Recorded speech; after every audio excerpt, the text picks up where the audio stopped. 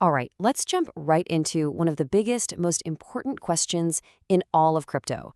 How on earth do you make a blockchain fast enough for the entire world to use? Today, we're diving deep into the quest for scale. You've probably felt this yourself, right? If you've ever tried to send a transaction on a popular network when things are busy, you know the pain. You're waiting, and paying fees that can feel totally wild. So, what's the deal? Why does this futuristic technology sometimes feel slower than the old systems it's supposed to replace? To really get to the bottom of that, we're going to cover a few key things. We'll start with the core challenge itself. Then we'll look at two competing ideas for how to solve it: monolithic versus modular. We'll break down the actual tech being built, take a peek at what's coming next, and wrap it all up with what this means for you. Okay, so first up, the scalability challenge. And the reason you can't just flip a switch and go faster is because there's this really deep, fundamental problem built right into the DNA of blockchain technology that makes this whole thing, well, incredibly tricky. And that tricky problem has a name: the blockchain trilemma. It's this foundational idea that says for any blockchain, you've got three amazing properties you want. But, and this is the key part, you can only ever really pick two. You're always forced into making a trade-off. So what are these three pillars we're juggling? Well, there's decentralization, which just means no one's in charge. Anyone can join in and help run the network. Then you've got security, making the network super tough to attack. And finally, scalability. That's the big one we're after: the ability to handle tons and tons of transactions, fast and cheap.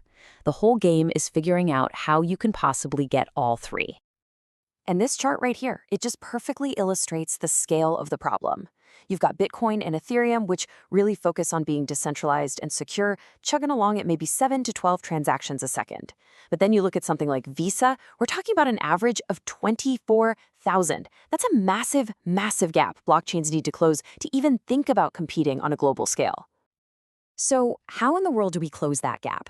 Well, it really comes down to two big schools of thought on how to do it: the monolithic approach and the modular approach. And these are two completely different ways of thinking about how to build a blockchain. Now, to really get these two philosophies, we first need to know that every blockchain is basically doing four jobs all the time. It's got to execute transactions, settle them so they're final, make all the data available for anyone to see, and finally, reach consensus on the order of everything. The whole debate is about whether one single chain should do all of that, or if we should split up the work. So on one side, you have the monolithic chains like Solana. The goal here is to build one single, incredibly powerful blockchain that does all four of those jobs itself. The catch? You need some serious hardware to keep up, which can make it harder for regular people to participate. Then you have the modular approach, which is where a project like Ethereum is heading. Here, you split up the work. The main layer focuses on being super secure, while other layers, called layer 2s, handle all the heavy lifting. Okay, so that's the theory. Now let's dive into the actual technologies that are bringing these big ideas to life. Let's start with Bitcoin. Its main scaling solution is something called the Lightning Network. This is what's known as a layer 2, and its whole purpose is to make Bitcoin payments instant and incredibly cheap without having to touch the main, slower blockchain for every little thing. So how does it actually work? Honestly, the best way to think about it is like a bar tab. You and a friend open a channel, that's your tab, by locking a little Bitcoin on the main chain. Then you can send payments back and forth between each other off-chain instantly as many times as you want. When you're all done, you close the tab and only the final balance gets settled back on the main blockchain. It's a really clever way to get around that bottleneck for small everyday payments. Now, let's switch gears and look at Ethereum's favorite way to scale: rollups. The whole idea here is all about batching. A rollup grabs thousands of transactions, processes them on a separate, super fast layer, and then posts a tiny compressed summary back to the main Ethereum chain. It's literally like carpooling for transactions, so much more efficient. And inside the world of rollups, you've basically got two main flavors. First, you have optimistic rollups. They work on an innocent until proven guilty model. They just assume everything's fine, but give everyone about a week to challenge it if they spot something wrong. Then you have ZK rollups, or zero-knowledge rollups. They're the opposite. They use some really fancy math to create a validity proof that mathematically guarantees every single transaction is correct right from the start. The big benefit? Your funds can be withdrawn almost instantly. Now, for any of these rollups to be truly secure, everyone needs to be able to see the transaction data to check it for themselves. And that's led to this brand new idea: a dedicated data availability layer. This is like the ultimate example of the modular philosophy, a blockchain built to do just one job perfectly: act as a massive, secure public bulletin board for all that roll-up data.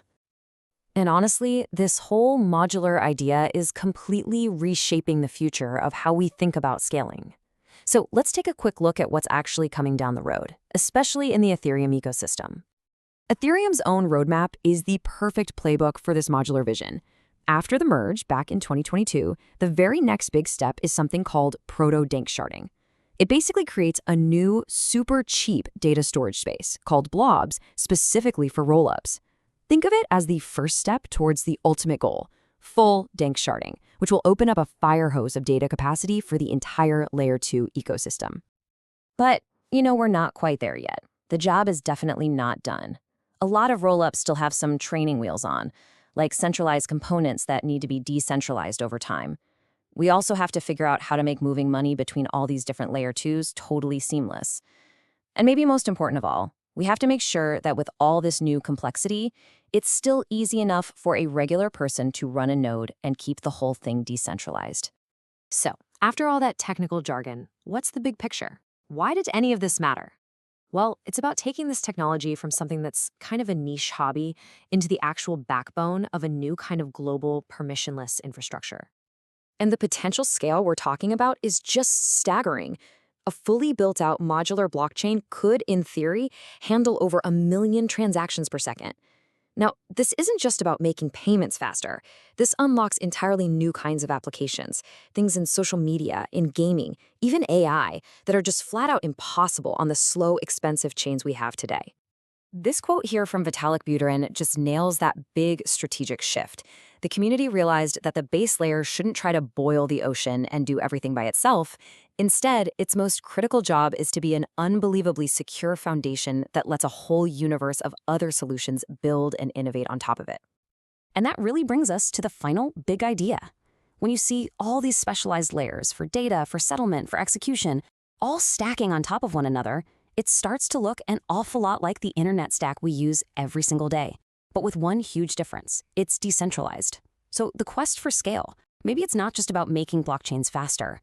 Maybe it's about building the foundation for a whole new user-owned internet. And that is a future worth getting excited about.